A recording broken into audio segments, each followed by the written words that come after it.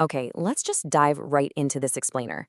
Think for a second about the incredible journey of a typical package.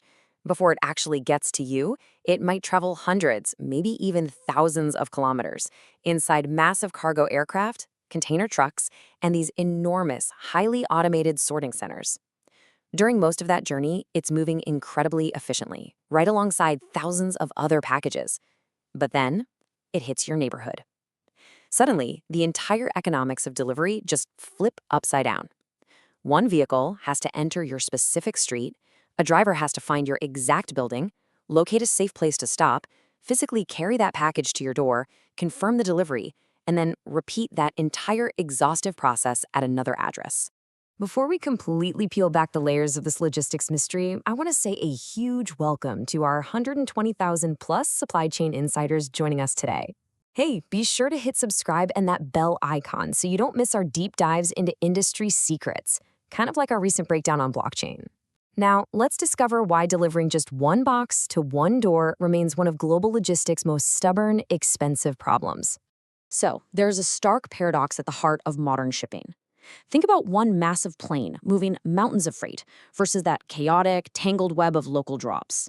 The final journey to your front door physically covers the absolute shortest distance of the product's entire lifespan, yet it represents the absolute highest complexity in the entire global network. Up until this point, companies are exploiting scale, right? One plane moving thousands of shipments. But that final stage, it completely reverses that consolidation. It's like taking a giant, perfectly organized puzzle and just throwing the pieces everywhere. Now, that massive 41% number, yeah, that is definitely not a typo. According to a widely cited 2018 Capgemini study covering consumer products and grocery delivery, that incredibly short final leg makes up approximately 41% of total supply chain costs, almost half. And it isn't because the distance is enormous. It's simply because every single customer demands their own separate, unique destination. So, let's get our definitions straight. Section 1. What is the last mile? The last mile doesn't literally mean the final 5,280 feet. It really means the final stage between a distribution facility and the actual recipient. It's the total reversal of massive automated sorting into thousands of highly fragmented individual drop-offs. And if you look at the delivery cost formula, the crucial takeaway here is that fuel or driving distance really isn't your biggest enemy. It's the sheer amount of expensive labor and stop time. A van might be packed to the brim, but it still has to visit address after address. The expensive resource here is time, and time unfortunately cannot be easily consolidated like a bunch of freight on an airplane. Which brings us right to Section 2, the high cost of time. To really grasp why this time is so exceptionally expensive, we need to contrast a highly efficient 500-mile highway journey against the totally chaotic, unpredictable reality of a 5-minute residential drive. Think about the ticking clock on a driver's route. Just look at this breakdown. 45 seconds just to parallel park. 30 seconds digging around for the parcel in the back of the van. A whole minute of walking, plus the unpredictable nightmare of broken call boxes, security gates, age verification, or waiting for a painfully slow elevator. This proves that measuring last-mile efficiency merely by the cost per kilometer is totally misleading. A continuous long-haul truck journey is highly productive, but a last-mile van, it's constantly hitting the brakes. It is, at its core, a productivity per stop problem. Moving on to Section 3, Economics of Delivery Density. So, the real economic enemies we're fighting in logistics aren't actually distance, but spatial and temporal fragmentation. Let's look at spatial fragmentation first, otherwise known as delivery density. Now, while a customer assumes free shipping is the same across the board, the carrier sees totally different economics. Imagine dropping 50 packages at one dense office tower. The driver parks exactly once and completes one massive concentrated delivery event. High efficiency. Now contrast that with making a long, isolated round trip to a single rural address for just one single parcel. The customer gets the exact same delivery promise, but the cost of the carrier is wildly different. By the way, this is exactly why the idea of free shipping is a total illusion. Someone, somewhere, always pays. Now, let's talk about temporal fragmentation and see how this just multiplies the complexity. It's not just about where people live, it's about when they want their stuff. You know, when you demand a narrow 1-hour delivery window or that immediate same-day shipping, well, that forces drivers to pass your exact street multiple times in one day because orders simply couldn't be grouped together in time. Faster delivery has a massive hidden price. It totally strips away the carrier's freedom to consolidate demand. And that leads us to Section 4, the second last mile.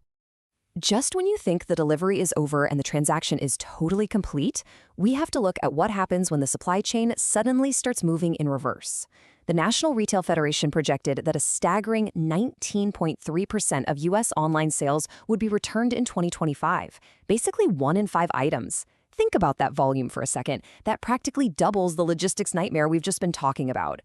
See, a returned item forces the last mile to happen all over again. The supply chain literally has to move backward.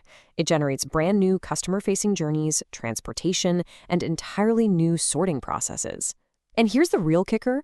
Unlike outbound logistics from a pristine, perfectly organized warehouse, the company often doesn't even know the item's condition until it finally arrives back at the facility to be restocked, refurbished, or disposed of. It's a complete mystery box until they open it. All right, Section 5, fixing the delivery problem. Okay, so we know the problem is massive, it's expensive, and it's incredibly complex. So how are companies actually fighting back? Let's explore the 5 core tactical solutions they're deploying right now. First up, route optimization, using AI systems to analyze traffic and addresses to reduce wasted mileage. Second is consolidation, using things like parcel lockers where 20 home deliveries suddenly become just one single stop. Third is local fulfillment, moving inventory into neighborhood dark stores so it's closer to you.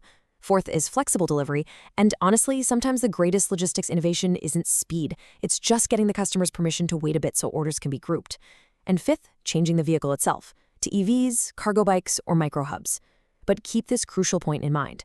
Replacing a diesel van with an electric van only changes the energy source. It absolutely does not eliminate the fundamental need for a human driver to stop, park, and walk up to a door. Now, I know exactly what you're thinking. What about drones? What about delivery robots? Well, they are officially out of the sci-fi phase and are operating commercially today. They face intense physical and regulatory limitations. We're talking strict payload weight restrictions, severe weather limitations, a serious lack of safe drop locations, and highly strict airspace rules. This means the future isn't just one magical machine replacing every single delivery van. Instead, it's going to be a highly mixed network of vans, lockers, cargo bikes, and robots, used wherever each one makes the most specific economic sense. So what should you really take away from this explainer? It's all summarized right here. Distance is just a fraction of the equation.